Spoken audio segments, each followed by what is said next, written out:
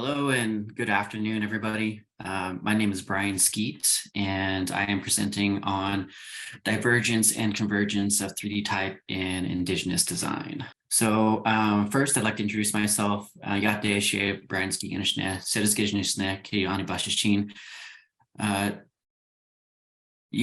So I wanted to go through and kind of introduce myself with my two clans and kind of jump into where I was born and where I come from. So I was born in Tuba City, Arizona, but I was raised at the Grand Canyon National Park. There's a K through 12 school on the south rim of the Grand Canyon. Graduated there with the class of 12 kids. And then after I graduated, decided that I wanted to go into wildland firefighting. So I worked for a wildland firefighting crew known as the Hot Shots for about 5 years, and decided I wanted a career change after that, those 5 years, and decided that I wanted to go into design. Graduated from ASU in 2019. Prior to that, I graduated from the Art Institute of Phoenix with an associate's degree in graphic design. And then later in life, got my degree in design management and industrial design in 2019.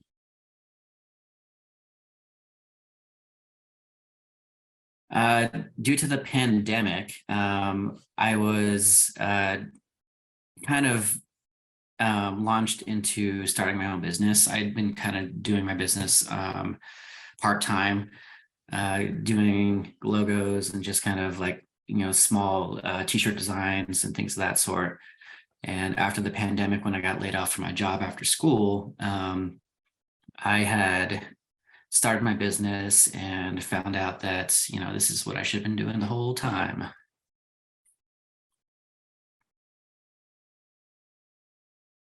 All right, so before we get into the divergence of and convergence of 3D type in Indigenous design, I want to go over kind of the power of circles. And I speak to this from my culture and where I come from, my community. And one of the things I want to kind of dive into is kind of how we structure our hogan. So the female hogan, which is kind of a 6-sided to 8-sided building that has a chimney in the center. But in order to create the foundation for that, one person stands in the center, and then another person stands at the end of a 10 to 15 foot long braided yucca. And from there, they create circles. And it's really important that they go in a certain direction, and they go in what the direction is called, which is called sunwise, which is not counterclockwise, but clockwise. And so they go into the direction to kind of mark the circumference of the outer parts of where the structure is going to be built.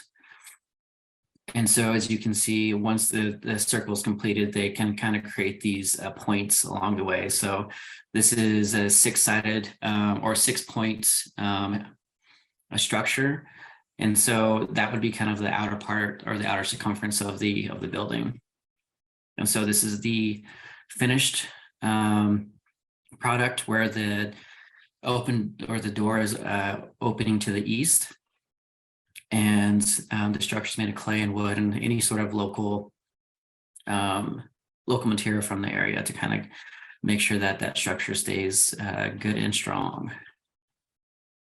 And this is the pattern that it builds. So it builds these equilateral triangles within the structure. And from these points, based on where the opening of the door, which is face east, it's also used as a tool to navigate different seasons, and also ways to navigate different stars and different constellations in the sky as well. And really, triangles are the basic building blocks of Navajo design. And when you place on placed on each other. Triangles can be a series of prayer feathers. They can be songs. They can be the backbone of the mountain Ye figure. So in that sense, triangles are kind of play a very symbolic role into this presentation. So one of the things I want to kind of introduce, and I don't know if I'm pretty sure most of the individuals who are watching are designers, but those who don't know what this convergent divergent thinking is, we'll just go through it relatively quick. So I want to introduce you to the creative process. So there's definitely, I mean, instead of showing like a kind of a linear line, I want to show kind of like the thought process of what goes into the creative process and also designing for the final product. So everything starts with divergence, which is basically just compiling of different ideas, trying to figure out like what direction we want to go. And a lot of times that ends up being the place where, you know, we end up throwing a bunch of ideas at the wall, you know, seeing what sticks, seeing what doesn't. But this is also a place where you don't want to create an environment where you're trying to take away stuff, or you're trying to already, you know, start converging essentially. So this is a place where designers can feel comfortable. They can feel like they their input is counted for, and then at a certain point, which is kind of the peak of that triangle there, that's when we start converging. So basically converging into, I forgot I had these slides. So basically converging into making decisions. So making decisions about what we're going to do, how the product is going to look, and eventually come out to this final outcome, so final product.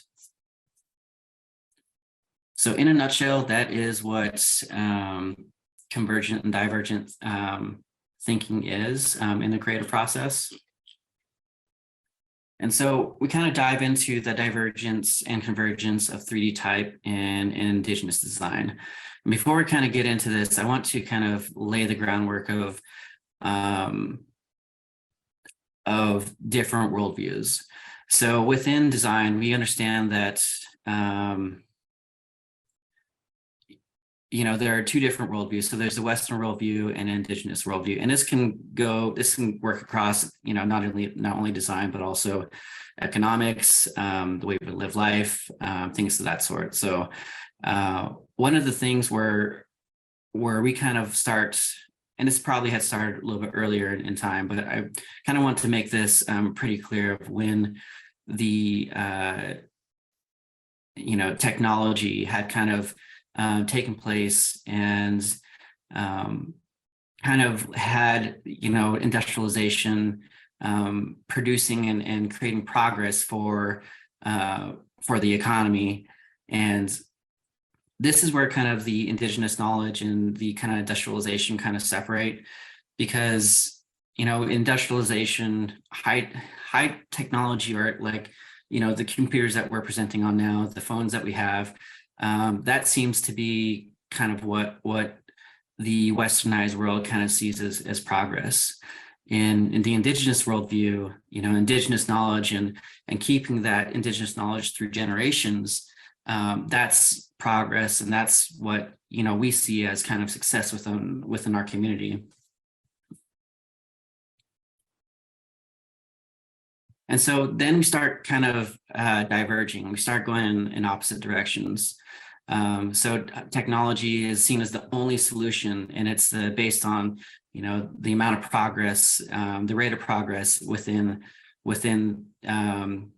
basically globalization and within the Western lens. And so we kind of see also the on the indigenized view, which is kind of like the mistrust of, you know, the gatekeepers of high tech. So you know, the Steve Jobs, or, you know, the Bezos, you know, those people who are creating these, you know, multi-billion-dollar industries around technology. But in terms of like, where does that information actually, who owns that information that they're collecting.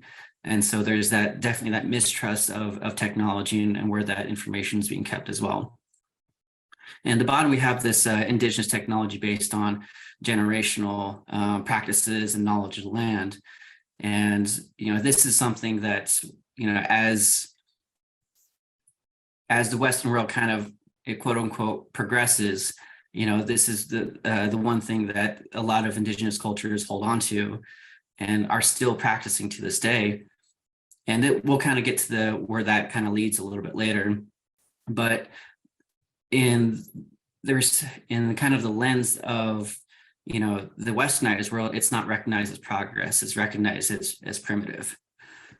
So where this comes in, the only way that I kind of see things as things progressing and things kind of converging into a place where we can kind of come to a way of living together, is that, the recognition from the Western world that traditional knowledge is important. And also for the indigenous side to utilize high tech as a tool to pass information. So understand that we don't need to depend on technology to live or to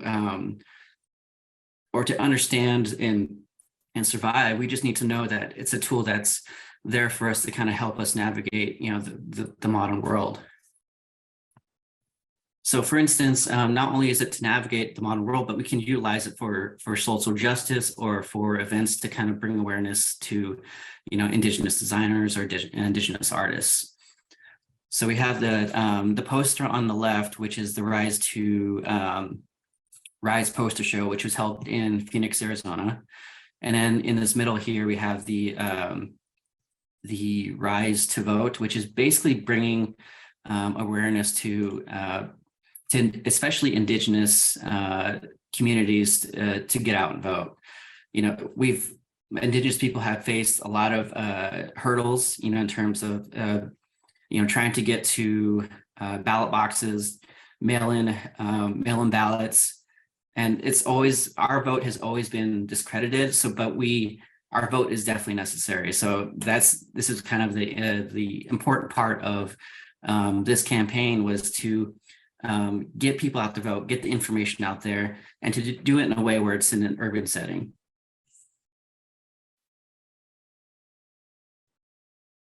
And so the way that we can kind of converge on this is that the Western world can help support and amplify indigenous platforms in design and art. So utilizing on the indigenous side, one of the prime examples I find absolutely amazing is utilizing 3D type as a means of teaching indigenous languages and storytelling. So Kaya McLeod had actually created this 3D printed symbolic kit arranged around the traditional star chart.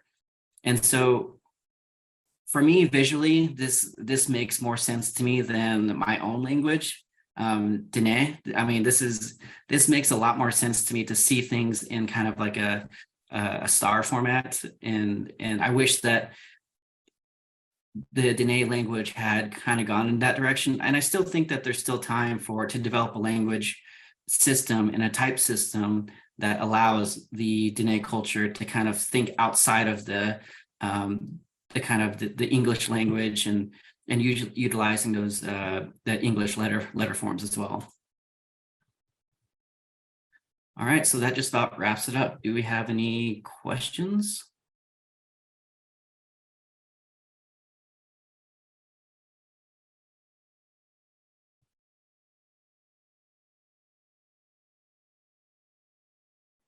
All right, thank you very much.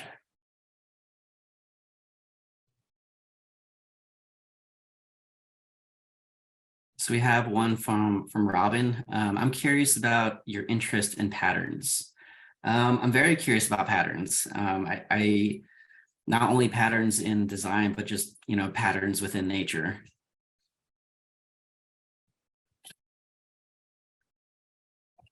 Thank you. I appreciate that. Rotational symmetry. I love that.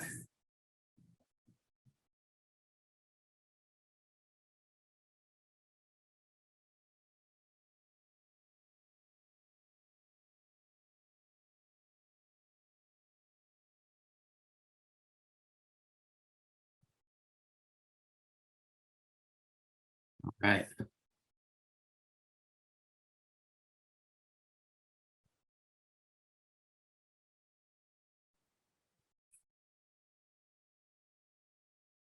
Right.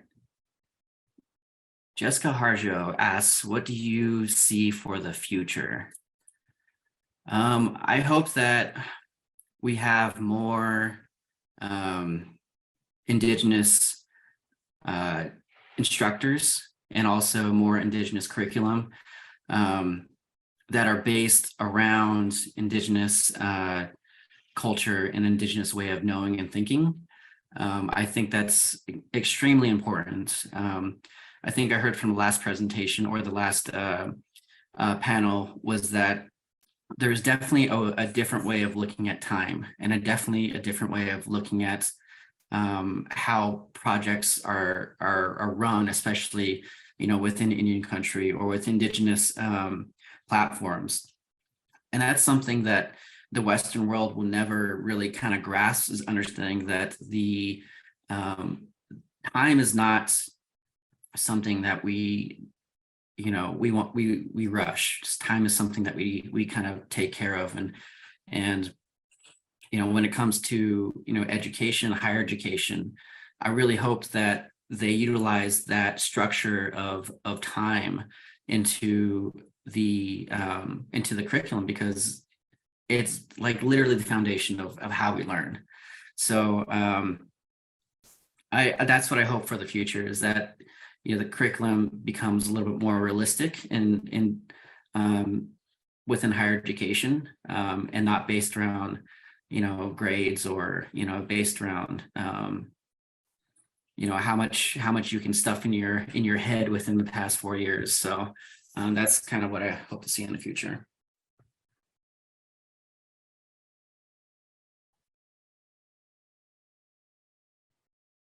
Great, thank you, everybody.